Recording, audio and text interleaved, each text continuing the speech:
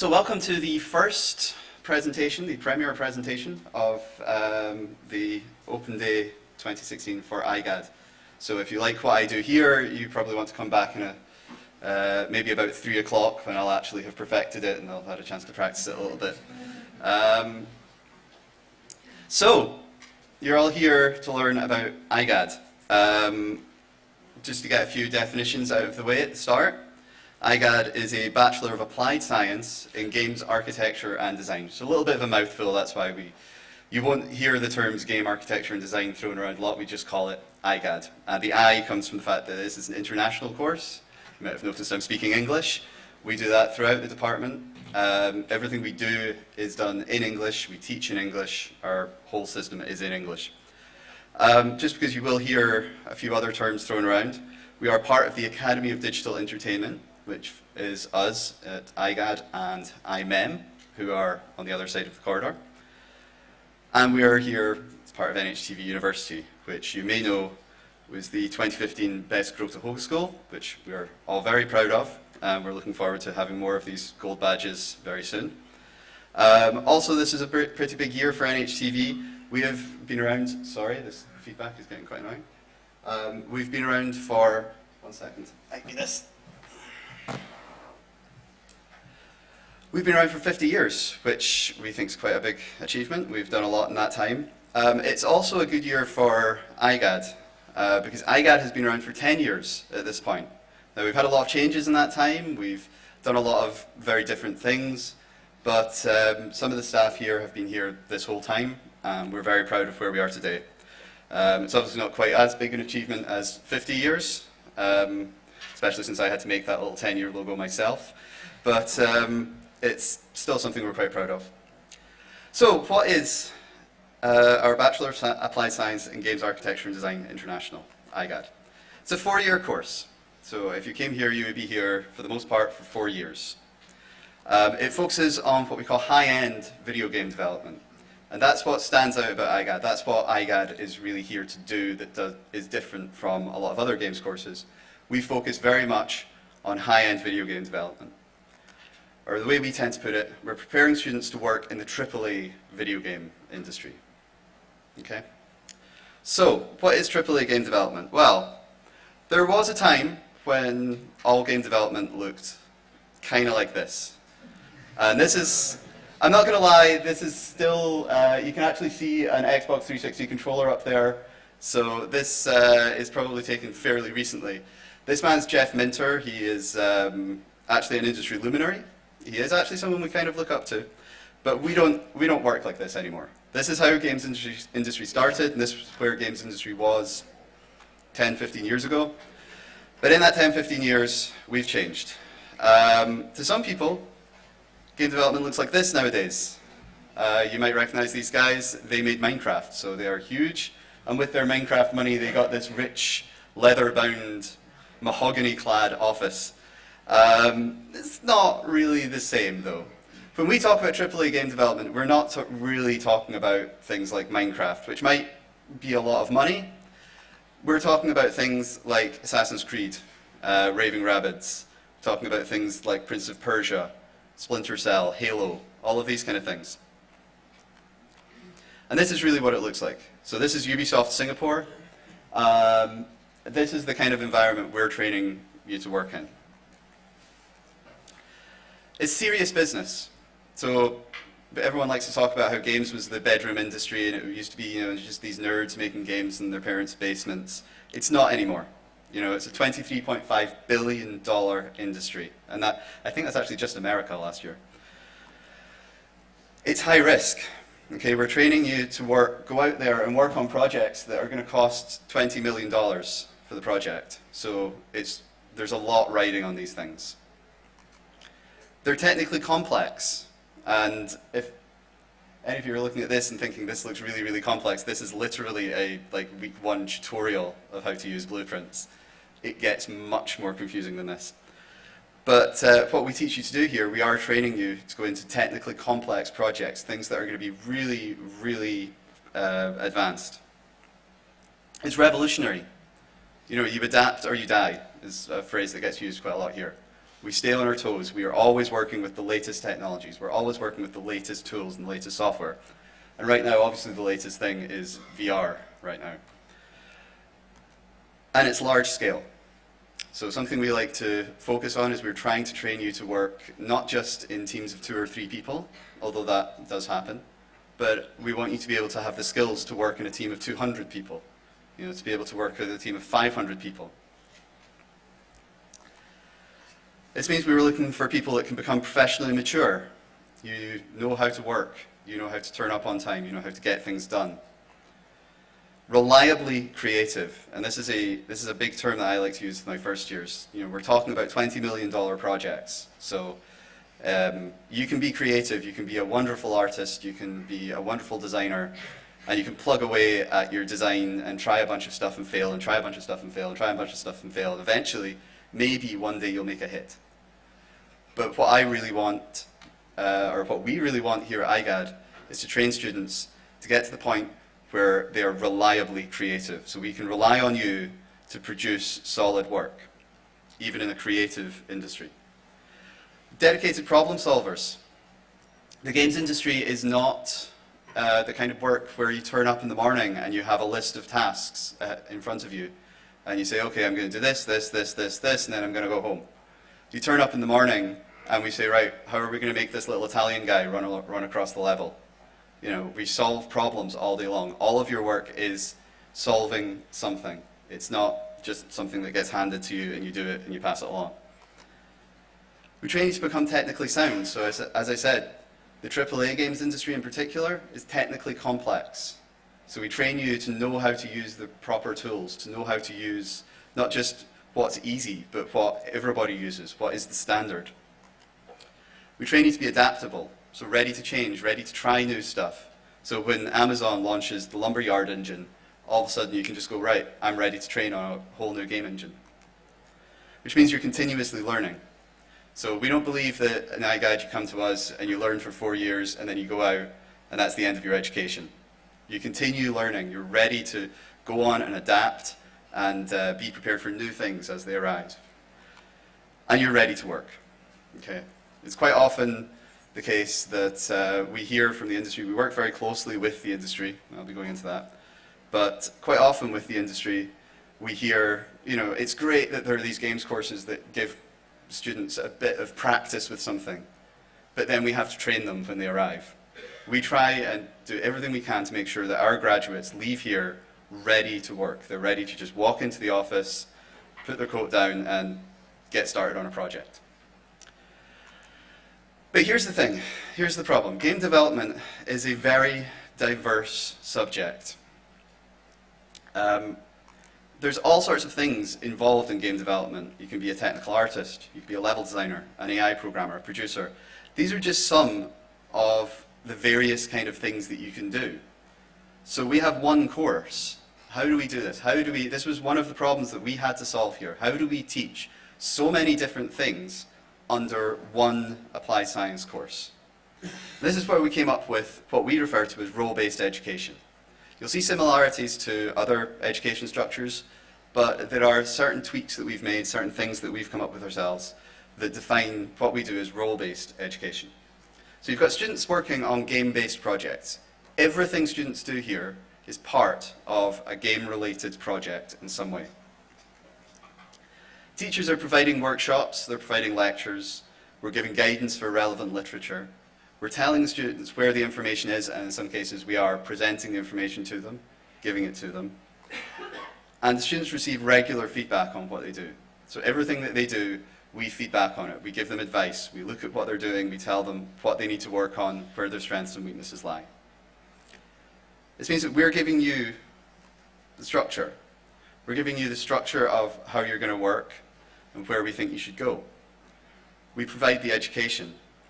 But it's up to the students to show us what they can do. And this means that over time, the students decide who they're going to become. So they start out learning fundamentals, but they grow into their own person and their own development. We'll show you the route. We'll show you where it is you need to go to get to where you want to be. And we'll support you on your journey there. This is kind of what our scheduling looks like. And what we have is an open door policy on all our lectures and workshops. So you could be a first year, you can see down here Y1 PR, so Bert here has recommended that first year programmers definitely go to this 2D movement class. But maybe in the afternoon, you kind of want to know about database design in games. Now Robbie's a third year teacher, so this is a third year class, it's an advanced class. First years want to go and find out about database management for games, that's perfectly fine. If an artist in third year decides, actually, I kind of struggle to understand what programmers are talking about, you can go to that programming class. So all our lecturing staff is approachable, all our lecturing staff are available at all times to the students. So if you ever have a question about game design, you go find a game designer. If you ever have a question about art, you go find an artist. And when it comes to assessment, we assess based purely on the feedback that we give and the project work that the students do. Okay? So we watch what you're doing, we give you feedback, and our assessment of the student is based on their response to that feedback. It's based on what they've done in class, how they've responded to our direction. We give that feedback regularly throughout the project, as I said, and at the end there's a panel summary. And that panel is just a summary of everything that's happened throughout the block. And I really love this structure, because what this does is it creates no last minute panic. So how many of you remember going to university and that stressed moment before your examinations at the end? You know, you spend 2 weeks, you have 8 weeks, you spend the first 2 weeks attending classes, the second 2 weeks kind of goofing off with your friends, the next 2 weeks you disappear, and then the final 2 weeks you suddenly panic and realize the exam's coming up and you suddenly need to study. We don't have that, we have continuous work. So I like to say it's not that it's not stressful, but there's a continuous, moderate, average stress level, which is quite nice. There's no surprise results. You know all the way through the block where you are, how you're going. You're getting feedback from your lecturers. So if you're falling behind, your lecturer is saying to you, you're falling behind, you know, catch up, go to these classes, read these books. And this is my favorite point of the whole thing. There's no more exams. We don't do exams here. How many of you sat exams in your 20s or before? Any of you, a few of you? Yeah? Any of you think you could actually pass that exam if you resat it today? I can tell you I actually, I have an undergrad and a master's degree in game development. As part of that, I took an exam in Scottish business law, but I could not tell you anything about Scottish business law today. I can give you lots of advice on how to cram for 24 hours before your exam. But we don't do that here. There's no getting around us here. There's no pulling one over on your teachers, you know. Something else I like is contextual learning. So I don't have to stand at the front of a class and say to the students, trust me, you need to listen to this. I don't have to tell them, trust me, this is going to be useful in 6 months' time or in 4 years' time when you actually get a job. The students are actually applying what I'm teaching them as I'm teaching them it. And that's why we have this open door policy. We actually don't require attendance at any particular workshops or lectures. We do take attendance, but I use that as an indicator for myself. Do my students realize how important this class actually is? Because we rely on the students understanding that this stuff is important. It's personalized learning. So before, as I said, there's such a broad range of things that you want to that you can become in game development. And we tried various classic structures, but we always had this problem that there was always one class that just didn't fit for a particular student, and that student would struggle. And in some cases, that student would even start failing because they couldn't pass this one class, but it wasn't actually relevant for where they wanted to go. So if a class isn't relevant for where you want to go, if a class isn't relevant to what you're trying to become when you're here, and we can see that, then you don't have to go there.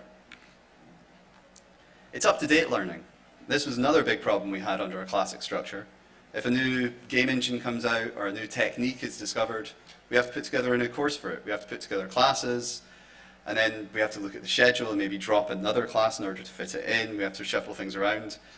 Amazon launched the Lumberyard game engine last year, and last year we started teaching it here. Not intensely, it wasn't linked to any projects, and I think this year is the first year that students are actually using it on their projects. But still, the day a new game engine launches, we can start teaching it in class. We're completely free to teach any of these kind of things. And it's self-driven learning. So as I said, students here learn how to learn. They learn how to find classes that are relevant to what they're teaching. They learn where to look for resources, where to find things. So another thing that really helps when you're teaching like this is that the teaching staff also need to have practical experience. They need to understand how the stuff they're teaching applies in the real world. And as a result of that, the majority of our staff are hired from the games industry itself. In fact, all of the staff, teaching staff in IGAD come from one industry or another. None of them, I don't believe any of them are purely academic anymore. They all have experience of what they teach. None of us are teaching stuff that we read in a book somewhere. We're all teaching stuff that we've actually used. In a lot of cases, the stuff we're teaching, the lectures we put together, comes from our own experience. This gives us expertise and stories that we can pass on to the students. That's not to say that our lectures devolve into storytelling time with the students. We try and keep that to a minimum. It can be an issue at times. But we always have examples. When a student doesn't understand something, we can always say, well, back when I was working on this project, this happened, and you can see. To give you an idea, because it's a little vague saying we all have industry experience, these are just some of the games that our staff worked on. So Alien Isolation, Jay Hicks, technical director on that project, joined us last year. Horizon Zero Dawn, this is a really exciting thing about this year's Open Day presentation, was last year I couldn't talk about Horizon Zero Dawn because it hadn't been announced yet. It's finally been announced. I can admit that, yes, one of our lecturers, Doug Walker, was actually one of the designers on Horizon Zero Dawn. He also works on Killzone 2. We've got Chris, who joined us from GTA 5, and again, that's another one of Jay's, Assassin's Creed Unity. Does anyone here played game? Any of the parents here played games when they were younger? No, a few? Yeah. Anyone remember TIE Fighter? Yeah. Okay. Yeah. David Westman, one of our older design lecturers, was a designer on TIE Fighter, and you'll see a collection of some of David's works in the hallways outside. So overall, what does this look like for your 4 years?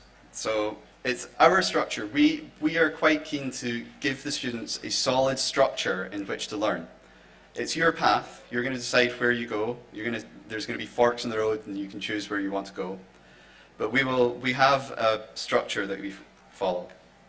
It starts with fundamentals. So we're going to be talking a lot today about intake procedures and fundamental lecturing, fundamental teaching.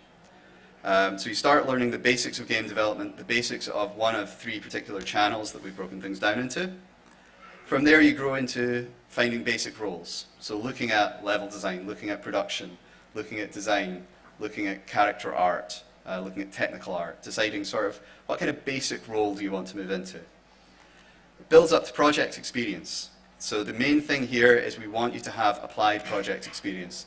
So one of the high points of your 4-year journey is a full-on product experience from beginning all the way through to end, so the full life cycle of a product. And then before you leave us, we want you to know who you are. We want you to define who you are as a game developer. So you move into what we call a specialization, and that often includes internships as well. So it looks a little bit like this. This is you all right now. Maybe not all of you, but most of you. And as you come in, you'll notice today we talk a lot about design and production, programming, and art. Those are our 3 intake channels. And it's just a case of there's fundamental learning to be done, and we need to break it down somehow. So we break it down into these 3 channels. And in first year, you study the fundamentals of these 3, along with the fundamentals of game development in general. Over years 2 and 3, you define who you're going to be in terms of a basic role within the industry. So you might have an idea right now that you want to be a level designer, or you want to be, I hear game writer a lot. That one, I hate to burst your bubble, it really doesn't exist. It's a difficult one. But a lot of people, is there anyone here especially the prospective students who is sitting here thinking, I really want to be a producer. I really want to be a project manager. Nobody ever does. Nobody ever grows up. I always say this is like being an engineer at NASA. No one ever grows up thinking, I want to tighten nuts and bolts on the space shuttle.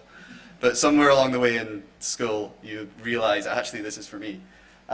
So production, character design, rigging and animation. Obviously, I put the exciting ones on here. But over the time in your first couple of years here, we expect you to kind of work out what broad area you want to work in. You build towards that. And then in year 4, you become your own person. Okay, so it becomes something more than just a role. You're not just a level designer. You're a level designer who specializes in, well, I can think of one example off the top of my head, who specializes in moving architecture in games. So actually, like, not just moving platforms, but whole sections of level that move and how this affects gameplay. So you become someone very specialized. So you choose an intake path. And this is where we ask you to play to your strengths. So if you're good at drawing, you're good at artwork, you've got that kind of background, you maybe want to look at the art intake path. If you're good at programming, if you've done some programming already, you're good at logic, you really score well in maths, maybe programming's the field for you. Design and production is a little bit difficult because we do tend to get a lot of applicants who they're not very good at art, they're not very good at programming. I'll just be a designer. That's my channel, that's maybe why I'm a bit like that. But design is really for those who have not just a creative mind, but a professionally creative mind. So if you're someone that makes things all the time, that can be relied upon to make things, that's actually taking control of their creative process, then that's the kind of thing we're looking for in designers. Producers are people who work well in a team, who are born leaders, who know how to work with others and how to put others to work and get everyone working together. So play to your strengths. Find an intake path that's right for you. Find the right starting point. Then you learn the fundamentals, both your role and development in general, and then you find your role.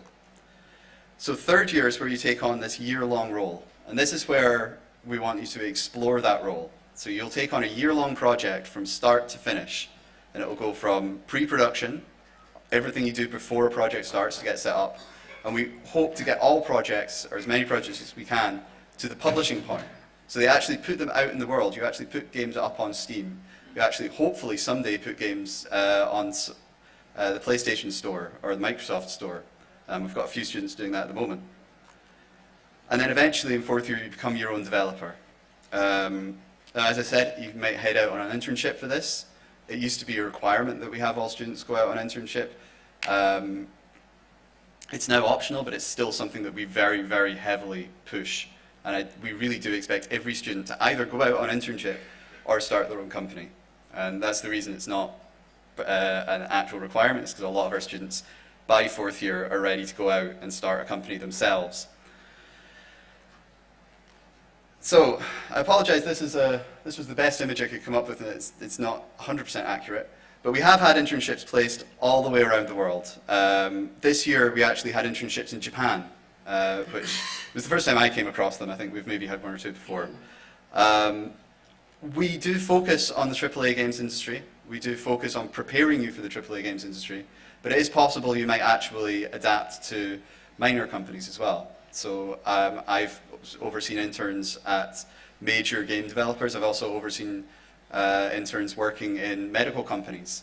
Motec Medical is one in Amsterdam that we work with quite often, doing some really, really good stuff with rehabilitation using games. Our students were developing games for massive rehabilitation treadmills with projectors and all sorts of things. Yeah, we've placed students with Guerrilla Games in Amsterdam very regularly.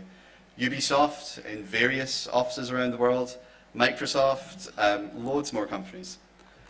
So, again, Horizon Zero Dawn, our students worked on that. Killzone 3, our students worked on that. Anyone here played Awesome Knots or heard of Awesome Knots? Yes, good. I wasn't sure when I was putting that one on there. It's one of the smaller games. I was hoping someone would know it. Watch Dogs, Age of Wonders 3. Has anyone heard Deliver Us the Moon? No? I snuck this on here because I've got an intern student who's working on Deliver Us the Moon right now, and they're on Kickstarter, so go and look them up. But yes, amazing project. And I'm not done. There's more. Rigs, the new VR game. Sony's kind of hoping this is going to be the killer app for their PlayStation VR. We had students working on that. I'm trying to think how I can say this. The company that makes rigs, I have internship students working at that company. I am not allowed to say any more than that, but they're working on some interesting stuff, doing some experiments with VR.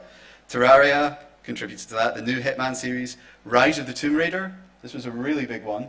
We had students working on that, Mafia 3. And the list is more or less endless of big projects that our students have had a hand in.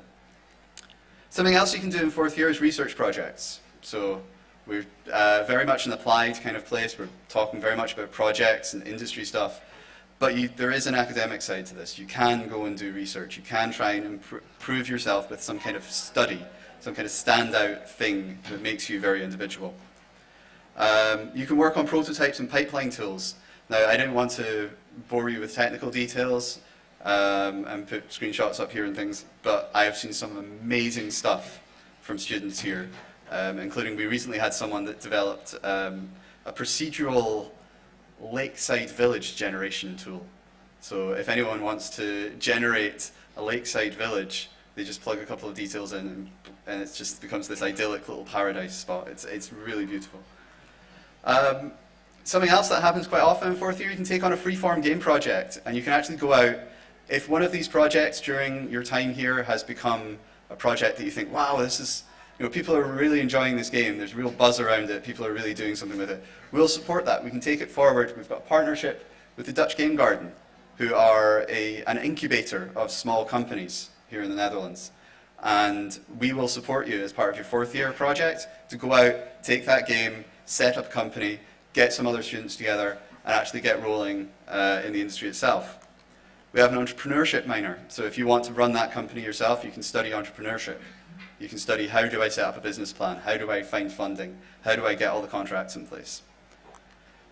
Some recent examples of this, Fragments of Him is probably one of our most successful games to date. And this, I think Fragments of Him was a lovely example of the kind of standout project that can only come from a setup like this. This was a game about love and a game about loss and heartache from someone who lost a partner from a homosexual relationship. And you try selling that to a game publisher who has $20 million behind it. It would have been a hard sell. But because of our position as a university, we could support that kind of a project. We could support something a little bit different, something a little bit out there, and it has been winning awards left, right, and center. It's been getting a lot of buzz online, and it's doing really well. Probably paling in comparison, unfortunately, to Fru. Has anyone else seen Fru recently? Yeah, a few people? Okay. Fru is just coming to Xbox One at the moment. It has been called the best use of the Microsoft Kinect ever. Unfortunately, it's arriving a little late when everyone's forgotten about the Microsoft Kinect, but it's been garnering awards, it's been gathering a lot of attention, and this is a project that we've had students working on, and it's entirely an NHTV student team that we've supported going out and setting up their company and getting their game out there. Kabounce is one that you probably won't have heard of. I'm fingers crossed you're going to hear of it very soon. The ink is literally drying on contracts as I speak here. But that's another one that the students are going out and they're starting their own company and they're going to take this game to market. Any VWO students here? Anyone following the VWO track? Okay. You have the option of a 3-year fast-track education with us. So during part of your application process, you will be asked if you want to take part in our fast-track program. Now, our fast-track program is basically the same content that I spoke about. So the foundation learning, the role exploration, professional projects, and individual specialization, but it's pressed down into 3 years. That basically means you have a year of your life back. A year less time here, a year less bills, a year less rent as a student. Something else you can also do with us is the Masters in Games Technology that we have here. So when you've completed your 4 years here, We would love to see you go out into the industry. We would love to get everyone started. But some people want to really take that specialization a little bit further and really prove themselves. Some people have something they want to do that's really going to make them stand out, or they really want to have that masterful education. So we have this master's program, so our students can stick around for another year. They can produce a research project. This tends to be less about just make a game. This is more about creating a new tool, creating a new technique, mastering something in particular. So, probably unsurprisingly, we've got a lot of people's attention over the years with what we do here. Epic Games. These guys make the Unreal Engine, which you may have heard of. It's the engine that powers the majority of the major games that you've seen. We are one of their academic partners, working with them. Side Effects, you are less likely to have heard of if you're not in the industry. They make a program called Houdini. Houdini is a procedural content generation tool. Long story short, if you've ever watched a movie and you've seen 3,000 trees in the background and they all look slightly different, that was probably Houdini that was used to generate that. We're one of their preferred schools. We're on their preferred school list. Crytek, probably the #1 competitor to Epic in terms of making game engines. Crytek make all the other, the engine that powers most of the other games that you've seen. We're part of we actually helped them set up the VR First initiative that they have, so we're one of their preferred partners for working in VR projects. And this theme of rival companies under the same roof, which you might not always see, is something you'll see here with this as well. So we're a PlayStation First education partner. We work closely with Sony. We also work closely with Microsoft. They don't have an academic program that we're part of, but we do have Microsoft dev kits. We do work very closely with them. And this is like getting cats and dogs in the same building together. It's really difficult. And if that wasn't difficult enough, we have the same we have the same thing with Nintendo.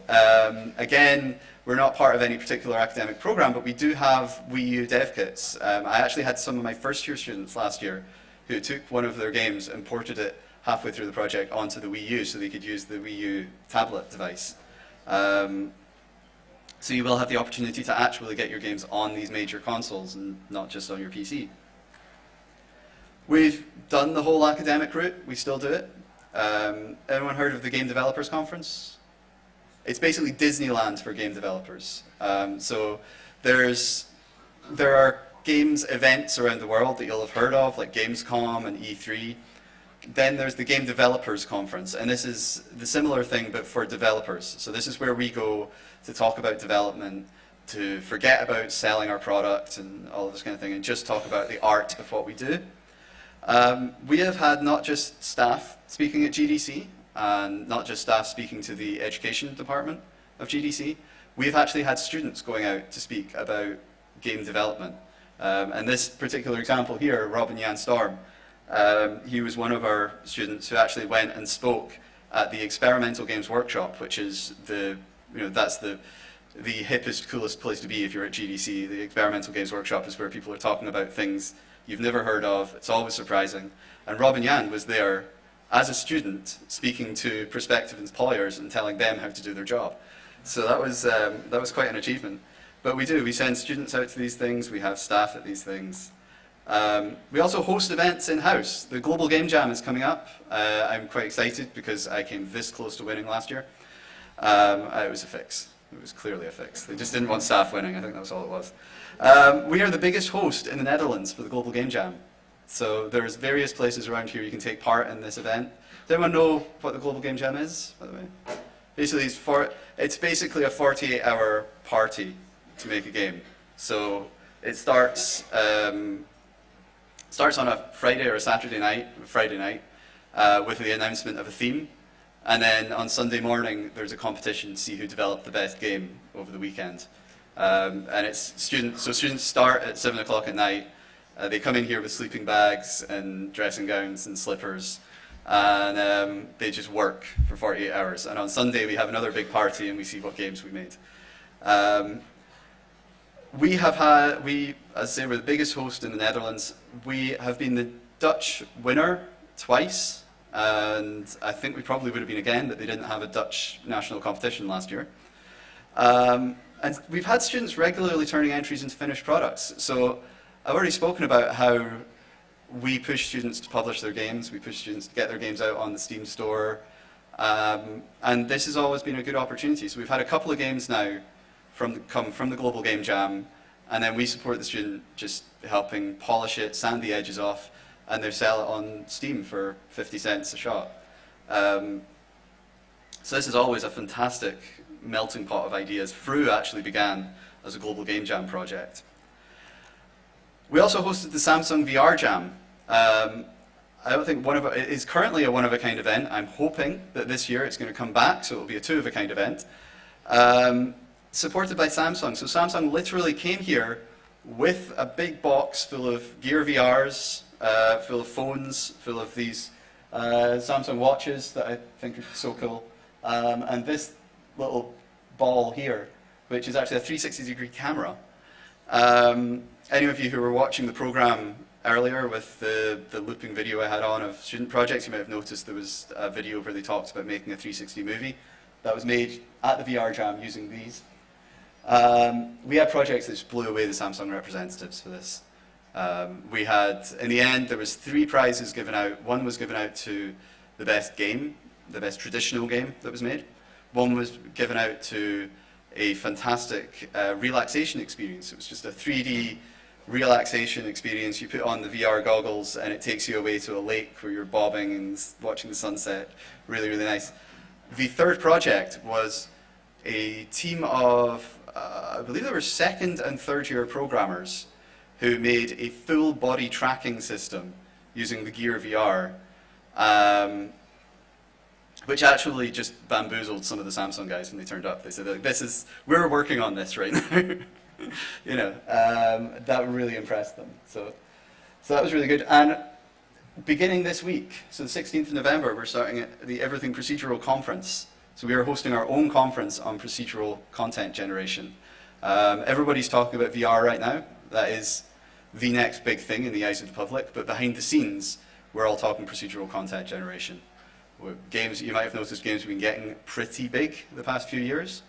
And that means the team gets bigger, and the team gets bigger. And eventually, we need to stop trying to physically build those 6 million trees that we need and start writing a tool that creates those 6 million trees. So there's some cutting edge new technology and new ideas being shared coming up on the 16th of November. Unfortunately, this is my favorite part, and I'm going to have to kind of rush it because I'm running out of time. But the awards, and I'm not talking about awards for NHTV, I'm talking about awards for our students. So this is our students. The work they've done here, they take it, they show it to awards organizations, they take it to competitions, and this is what they've done. So in chronological order, 2016, a team called Twirlbound, they made a demo called Pine, which won the Unity Award for Best Student Game. You've got Fru, who won the Game of the Year at the Dutch Game Awards, and that was up against Rise of the Tomb Raider, because that was also made in the Netherlands. So it's not Best Student Game, that is Best Game of the Year for Fru. Best Entertainment Game Design, so the most entertaining game of the year, again up against Rise of the Tomb Raider, was Fru. It won the YouTube Choice Award as well that year. The same ceremony, 2016 Dutch Game Awards, the Best Student Game Design went to a student game called Heroes and Heretics, who also took home the Best Student Technical Achievement at the same award ceremony. 2016, we went to Brains Eden. I spoke a bit there about the Global Game Jam. There's an international game jam, a more formal affair that happens by invitation down at Anglia-Ruskin University in Cambridge. I escorted a team there, and we took home Best Game for Mumbo Jumbo. The Search for a Star competition, Sumo Digital, looking at up-and-coming young programmers, who is the next big programmer in the industry. Jan Koop, one of our students here, took home that in 2016. 2015 Dutch Game Awards, Best Student Achievement was taken home by an NHTV group who made a game called Revoir. In 2015, at the Brains Eden competition, Timo van Hoekten one of our students, took home the best jammer. He was the best person there. And this was interesting. In both these cases, the prize, the prize was a bit of a downer, because in this case, the team behind Mumbo Jumbo were also the team behind the game Bounce that I showed you earlier. And the prize they got for best game was a chance to go and meet with Sony and talk about maybe publishing their Brains Eden game. And when they did that, when they went to collect their prize, they realized they'd already met the guy, because they were there to talk about publishing Bounce just a week previous to the competition. Similarly, Tim Van Hookten, when he won the Best Jammer competition, his prize was an internship with Guerrilla Games, which he had to turn down because he already had an internship lined up with a different branch of Guerrilla Games. So that was an interesting experience.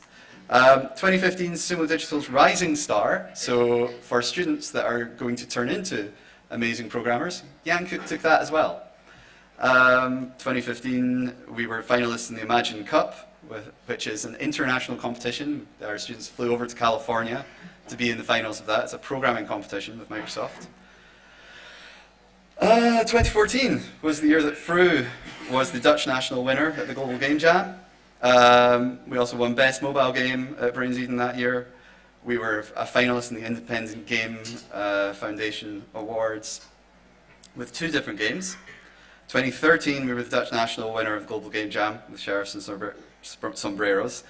2013 we won both Best Mobile Game and Best Game, and at this point I stopped keeping track of the awards because they go back another couple of years and I just ran out of time. So our students do some amazing stuff here. So if you want to join us, we have an application process which you can find out about today. We're looking for students who are motivated and dedicated. So as part of our application process, we ask for a portfolio of work. And this is not the case where we're saying, okay, this is a giant pile of work and you need to get this done by the time you apply. This is, if you're the kind of student that's ready to come here, you're probably already sketching, you're probably already drawing, you're probably already practicing a little bit of programming here and there. So just show us that kind of dedication that you've had to this kind of craft. We're looking for students who are mature and professional. So our students work under supervision of lecturers, but we don't hover over your shoulder. We don't stand there and prod you, or at least I really hate having to do that with students. We don't tell you to stop playing Hearthstone on your laptop and open up some actual work. So be ready for that. Be ready to work by yourself. We're looking for students who are passionate and creative. So if you're not already making stuff, now is the time to start. There are some difficulties here. I've been through this role-based education system twice now, and the things I always see with first years are, if you're not used to socializing, if you're not used to working in teams, you're going to struggle. If you need told what to do, if you're not good with autonomy, you're going to struggle. That's not to say don't apply, because you will get support, but be ready to fix these things. Be ready to come in and say, right, well, this is my challenge. I need to learn how to work in groups. I need to learn how to work autonomously. You will get support from us, but be aware of that. Now, Breda is a lovely, lovely city. I do not work for the Hementa. I am not advertising, but it is a lovely, lovely city. We do work 9 till 5 here, and we expect the students to do that as well. We do what we can to accommodate them, but we are preparing you for a workplace, and as such, we approach time here as you would approach time in a company. So we keep hours of 9 till 5, and we do kind of expect students to do that as well. Historically, we've run numbers, we've done studies, we have seen that students who live outside of Breda do not perform as well as students who live here. And the further out you go, the harder it gets. So we really recommend everyone who applies to consider moving here or thereabouts. If you were ready, the deadline for September 2017 is January 15th, 2017. Now, I can't stress that point enough because they've moved it recently. It used to be May, and that gave you lots of time to prepare. You don't have very much time to prepare now. It's January 15th. You can apply online. There are tasks to complete, and we ask that you share a portfolio of your work. So as I said, if you're not making stuff, now is the time to start getting passionate, start getting excited, start making stuff. We have advisors in the hallway that can help you with questions about the intake procedure, with what the expectations will be, and what kind of person we're looking for. So with that, thank you for your time, and enjoy the rest of the open day. We have lots for you to look at. We have games to showcase in the hallway, free coffee and tea, VR projects. Please do check out the VR projects. They're so much fun. Excellent. Before I close this for just now, is there any pressing questions, anything anyone wants to ask me in particular? Anyone? Nobody? Oh, okay. I have this, this is working, yeah? I have this fun device here, so if you want to catch. Does it work? Yeah. Okay. Sit down. Oh, so what's the percentage of people you actually take in from the number of applicants? Well, the number of applicants has been on the rise consistently for a few years now, so as a percentage, I actually don't know. The number we take in is around 200 in first year. So I think the maximum capacity, like physically we can fit in our labs, is about 210. So the number of applicants we normally take in is about 200. We have thousands of applicants, so I don't know how many we'll have this year. I don't know what percentage will be like. I can tell you that this year was the first year that, as far as applicant grades go, we took only the very top tier of our grades. So I don't know what it will be like this year, to be quite honest, with the dates changing. But it's a small percentage, I would say. Okay. Okay. Any other questions? No? Okay, well, enjoy the rest of your open day.